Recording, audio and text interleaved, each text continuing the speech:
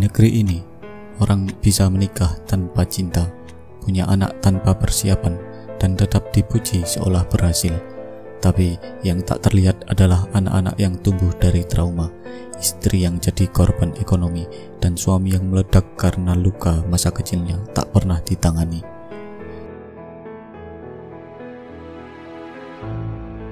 Masyarakat kita menciptakan semacam template hidup: sekolah, kerja, nikah, punya anak, mati. Dan siapapun yang tak ikut arus itu akan dianggap gagal, sesat, atau terlalu banyak mikir. Kita tumbuh dalam budaya yang memuliakan kepatuhan, patuh pada orang tua, patuh pada norma, patuh pada sistem, meski sistem itu tak pernah bertanya, apakah kamu bahagia? Kita disuruh ikut urutan, tapi tak pernah diajari cara mengenal diri sendiri. Padahal tak semua orang siap menikah, tak semua orang bisa menjadi orang tua, dan jelas bukan semua orang mapan sebelum menikah, tapi karena budaya malu lebih kuat dari logika. Banyak yang lebih memilih menikah daripada jujur pada diri sendiri. Malu itu diwariskan seperti hutang. Kita takut jadi gosip, takut jadi bahan sindiran, takut dibilang kebanyakan milih atau enggak normal. Akhirnya kita memilih diam dan menjalani hidup orang lain. Banyak pasangan menikah karena takut dianggap tak laku, karena teman seangkatan sudah semua punya pasangan, atau karena orang tua sudah cerewet setiap lebaran. Sosial media memperparahnya. Di Instagram, pernikahan tampak seperti festival cinta, pesta, senyum, kado, tapi tak ada yang posting tagihan listrik dan air mata diam-diam. Kita terjebak dalam fantasi yang diciptakan kamera orang lain. Tapi di balik pernikahan yang dipaksakan itu, ada dua orang yang belum selesai dengan dirinya sendiri, belum pulih dari luka, belum paham cara mengatur emosi, belum tahu cara menghadapi tekanan. Luka dari masa kecil, kekecewaan yang belum sembuh, rasa takut ditinggalkan, semua itu ikut masuk ke dalam rumah. Tapi karena kita tak pernah diajari mengenali luka, kita malah menyalahkan pasangan. Mereka berdua tenggelam dan berharap pasangannya menjadi pelampung. Hasilnya, yang terjadi bukan pelukan, tapi saling tenggelam. Pernikahan yang sehat bukan tempat berlindung dari diri sendiri, tapi ruang untuk saling tumbuh. Tapi bagaimana bisa tumbuh kalau kita bahkan tak tahu dari mana kita tumbuh? Banyak yang bilang mapan dulu baru nikah. Tapi mapan itu apa? Gaji UMR bisa dibilang mapan, punya kontrakan, punya rumah KPR 30 tahun, atau sekadar tidak ngutang ke orang tua.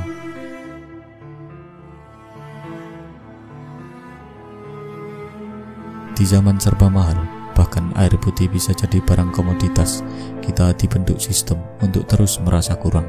Padahal kadang yang kita butuhkan bukan lebih banyak uang, tapi lebih sedikit tekanan sosial. Mapan tak punya ukuran pasti, dan sialnya di sistem ekonomi seperti ini, mapan bisa jadi mimpi yang menjauh setiap kamu mendekat.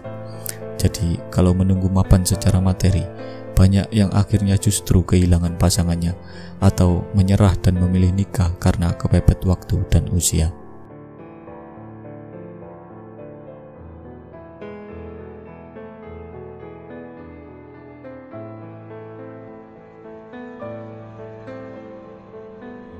Ada generasi yang bikin anak dulu, baru mikir soal nikah dan ekonomi belakangan.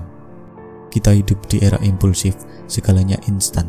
Cinta bisa tumbuh dari komentar DM, dan anak bisa lahir dari hubungan yang bahkan tak dibicarakan dua kali. Ada yang terpleset, ada yang sengaja, ada juga yang mengira punya anak bisa memperbaiki hubungan. Padahal hubungan yang retak bukan ditambal dengan tangisan bayi, dan hubungan yang dingin bukan dipanaskan dengan popok dan ASI.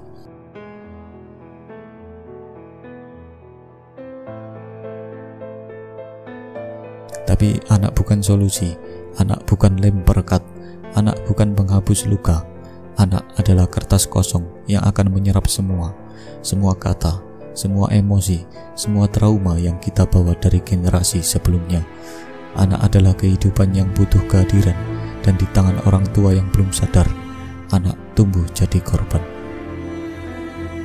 Yang terjadi di masyarakat kita bukan sekedar miskin uang, tapi miskin makna, miskin kesadaran, miskin refleksi. Kita miskin bukan karena tak punya uang, tapi karena kita terus menyembah hal-hal yang tidak kita mengerti, gengsi, norma, dan apa kata orang. Kita hidup dalam krisis identitas mental dan fundamental. Kita tak tahu siapa diri kita. Kita hanya meniru, ikut arus, dan berharap semuanya selesai dengan sendirinya. Dan sistem menyukai manusia yang pasrah, yang tidak banyak bertanya, yang hanya bekerja, menikah, beranak, dan mati, tanpa pernah menggugat kenapa semua itu harus terjadi.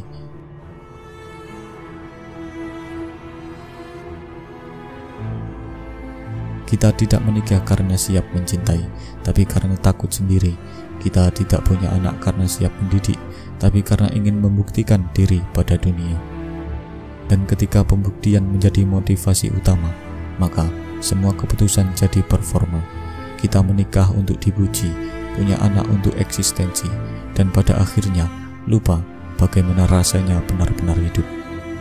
Dan ketika hidup dijalani bukan dari kesadaran, maka apapun urutan yang kita pilih, nikah dulu, mapan dulu, atau punya anak dulu, semuanya bisa salah.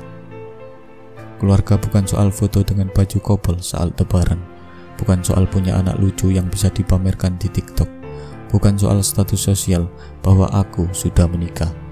Keluarga yang dibentuk dari tekanan akan jadi ladang kekerasan pasif, kebencian dibungkus diam, ketidakpuasan disamarkan tawa, dan rumah menjadi tempat yang lebih dingin dari luar. Keluarga adalah benteng, tempat kita pulang dalam keadaan rapuh sekalipun, tempat kita belajar jadi manusia seutuhnya, dan itu tak bisa dibangun oleh orang-orang yang belum berdamai dengan dirinya sendiri. Karena rumah bukan soal tembok dan dekorasi, tapi soal keberanian untuk saling melihat apa adanya, dan keberanian itu hanya lahir dari kesadaran, bukan keterpaksaan. Jadi, bukannya tidak boleh menikah, bukannya tidak boleh punya anak, bukannya harus menunggu mapan, tapi tanyalah pada dirimu, apa aku benar-benar siap, atau aku hanya takut dianggap aneh karena tidak mengikuti pola hidup yang orang lain buat. Pernikahan adalah komitmen yang tak bisa digaransi oleh pesta besar, dan menjadi orang tua adalah panggilan yang tak bisa diukur dari jumlah like di foto keluarga. Lebih baik terlambat membangun rumah yang utuh daripada cepat-cepat masuk ke reruntuhan dan menyebutnya keluarga, karena keluarga bukan panggung dan anak bukan alat pembuktian. Terima kasih.